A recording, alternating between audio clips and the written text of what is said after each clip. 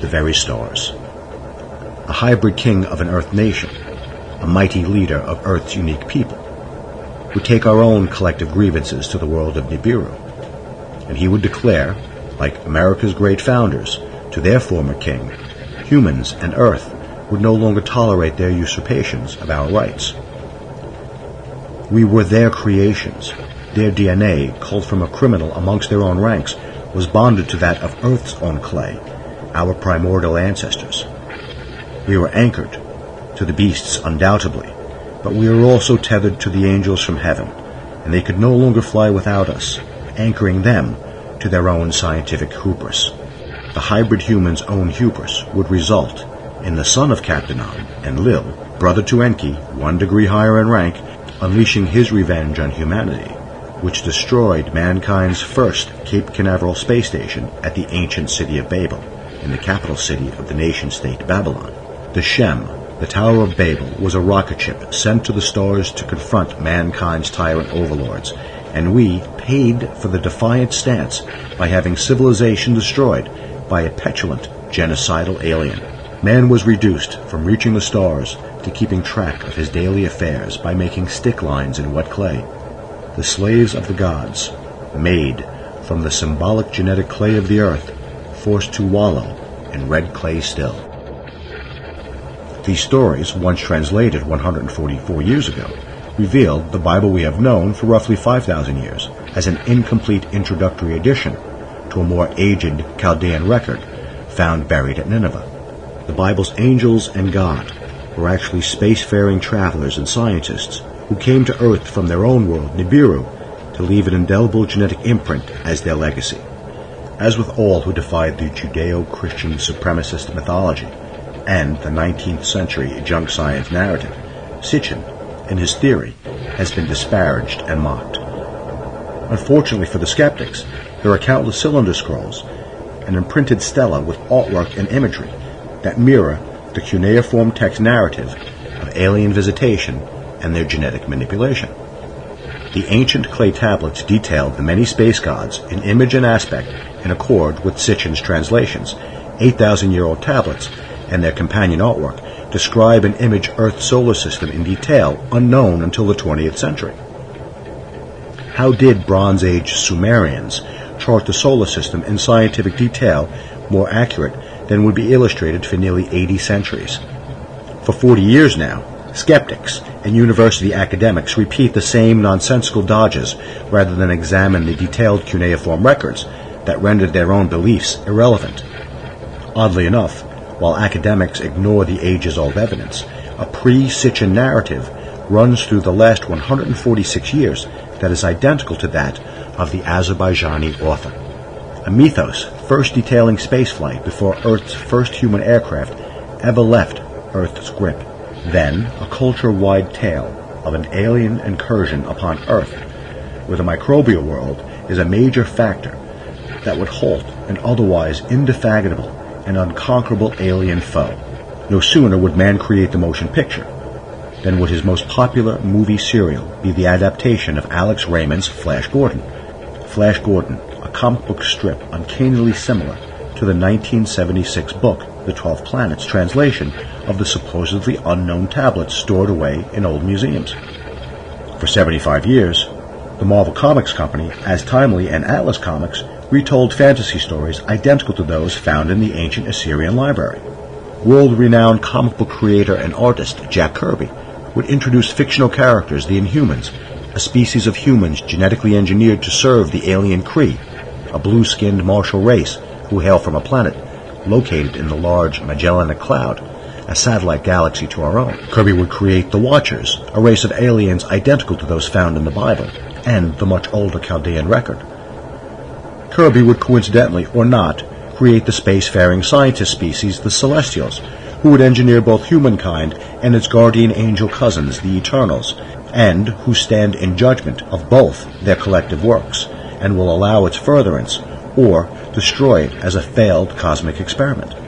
The Celestials had already attempted to purge the Earth of their first experimental race, the Deviants, who, like the Igigi and the Babylonian Rocket Man, defied their creators by attempting to bring them to heel. When the Worlds Collide, a 1950s film, told the fictional tale of humanity's desperate attempt to find sanctuary on a new world after our world was destroyed. It was a black and white film version of the Anunnaki's own escape to Earth. Television programming, like the 1960s Irwin Allen classic Lost in Space and Gene Roddenberry's Star Trek, again tell a tale found in 8,000-year-old cuneiform tablets. If Sitchin's theory is correct, Leonard Nimoy's assertion that he was not Spock is 100% incorrect. You're all Spock, little space monkeys, Leonard Nimoy included. The lost ship of selected survivors is retold in the novel Tarzan, and again in the 1960s comedy Gilligan's Island. The 20th and 21st century versions of Battlestar Galactica, a retelling of the Anunnaki's escape to Earth. Ridley Scott's classic science fiction film Blade Runner, based on Philip K. Dick's novel Do Androids Dream of Electric Sheep, tell the Chaldean biblical tale of the pyramid-dwelling Tyrell, war god, who engineers a species of human-like replicant clones who rebel for a life lived for freedom rather than slavery.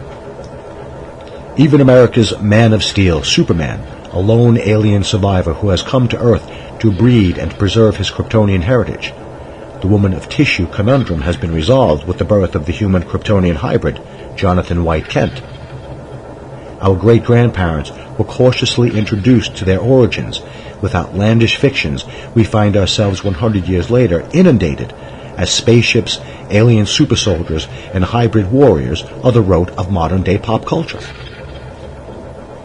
Zachariah Sitchin would spend the last 4 decades of his life fighting to prove something so many of those who denied him the credibility he deserved already knew to be true.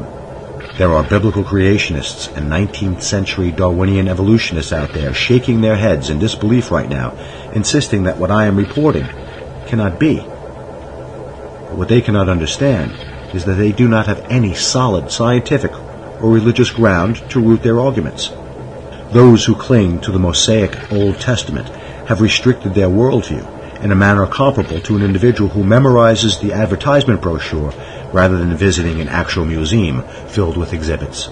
Those who cling to the theory that Darwin himself ultimately rejected have no concept of the requirements necessary to support the spontaneous, beneficial evolution of a mutant primate species who would eventually populate the world in greater numbers than any other primate species. And forget about the fact that that mutant race would have 3 to 4 root races, where no spontaneous evolution is occurring, at any rate similar to that required to raise us from the simple hominids to star-traveling hairless apes in only 40,000 years.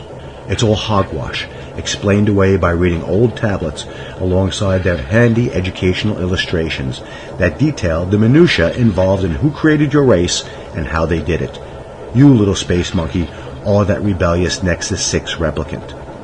You are the angry young Spock, whose very existence is held in disdain by the same scientists whose blood flows in your veins.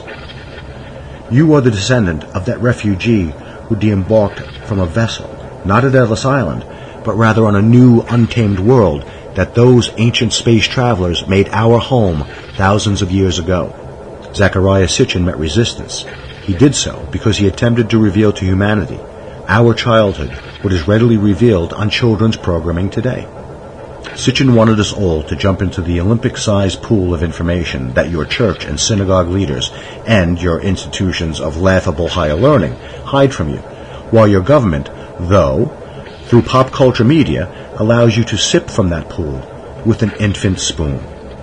Once you release the shackles that restrain your true self, and you realize who and what you are, and of the unlimited potential stored away in the very DNA gene sequences that sits there waiting like an unopened computer file or unused app on your iPhone, you become limitless. The message from the stars is not coming from the stars. Those visitors left us their libraries and their secrets, encoding it in our DNA. When enough of you unzip these formerly unknown files, the data they will reveal to you will compel you to unlock all of it. As you shed your brainwashed shell and become the Superman or Superwoman you were secretly designed to be by desperate scientists who hope you could recreate on this untamed world our own Eden. Are you ready to get blitzed? Prepare yourself for life's uphill battle. Master Trainer Jim D's Fitness Blitz training techniques will make you stronger, more determined, and ready for any challenge. Burn fat, build muscle, improve your cardiovascular health with resistance training, mental conditioning, martial arts, yoga, and sports-specific performance enhancement. Train in your home, on Fitness Blitz certified equipment, or in your local gym. Take the Fitness Blitz Challenge. Begin every day by pushing your limits and taking control of your life. Grab life by the horns and reach for your ideal potential.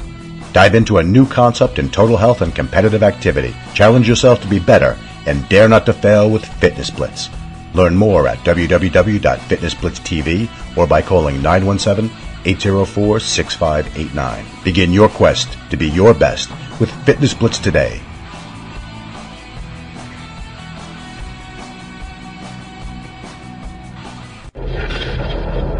Bad Machine.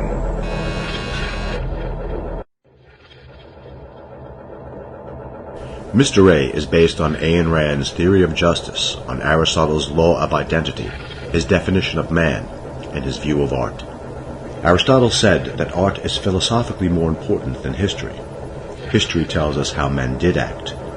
Art shows us how men could and should act. Art creates a model, an ideal man, a measuring standard. Without a measuring standard, nothing can be identified or judged, but everything can be measured. Disease and sickness are measured by a healthy organ or body. All measurement requires an appropriate standard. With it, one can measure down to the atoms and up to the stars, and the changes in the character of a man. Aristotle defined man as a rational animal. Rationality is a potential. It has to be actualized by choice and the right thinking method with logic applied to reason. The standard measurement for all is a rational, logical ruler. It objectively measures the rational and irrational thinking. A hero measures man at his best in the worst situation. A hero is a man admired for his qualities or achievements and regarded as an ideal or model. Aristotle formulated the law of identity. A is A. A thing is what it is. It has a specific nature and identity. The truth cannot contradict itself and also be a lie. Mr. A's black and white card symbolizes the law of identity. It identifies the two moral potentials possible, the good and the evil, and by one's chosen action, one's best or worst can be actualized. The card is also a symbol of justice. For Ayn Rand, justice is objectively identifying a thing for what it is and treating it accordingly. No one gets the unearned. The innocent are not penalized. The guilty are not rewarded. The card is a refusal to violate the rule of justice, the law of identity, by a gray compromise, a refusal to sacrifice the good to the evil, or to accept any part of the evil as a greater good. Society has its admirable people, its heroes. They are found in all professions, but hidden by the complexities of society. They are not clearly as defined, not as understood, and not as effective a model with two opposing forces of right or wrong in a dramatic presentation revealing the character's choices and actions that identify them and lead to a just ending, where the hero, with the right view of life, wins. Early comic book heroes were not about life as it is, but creations about how man, with a clear understanding of right and wrong and moral courage, chose to act, even if it branded him an outlaw. He dispensed a better justice than the prevailing legally immoral one. He was a moral avenger. He was not like everyone else, not the average, the common, or the ordinary man. He was the exceptional one, the uncommon one, the one doing what others were unwilling to do, regardless of the opposition and the consequences to himself. His success provided a better model. Through a hero, one could identify the foolish, the corrupt, and the guilty.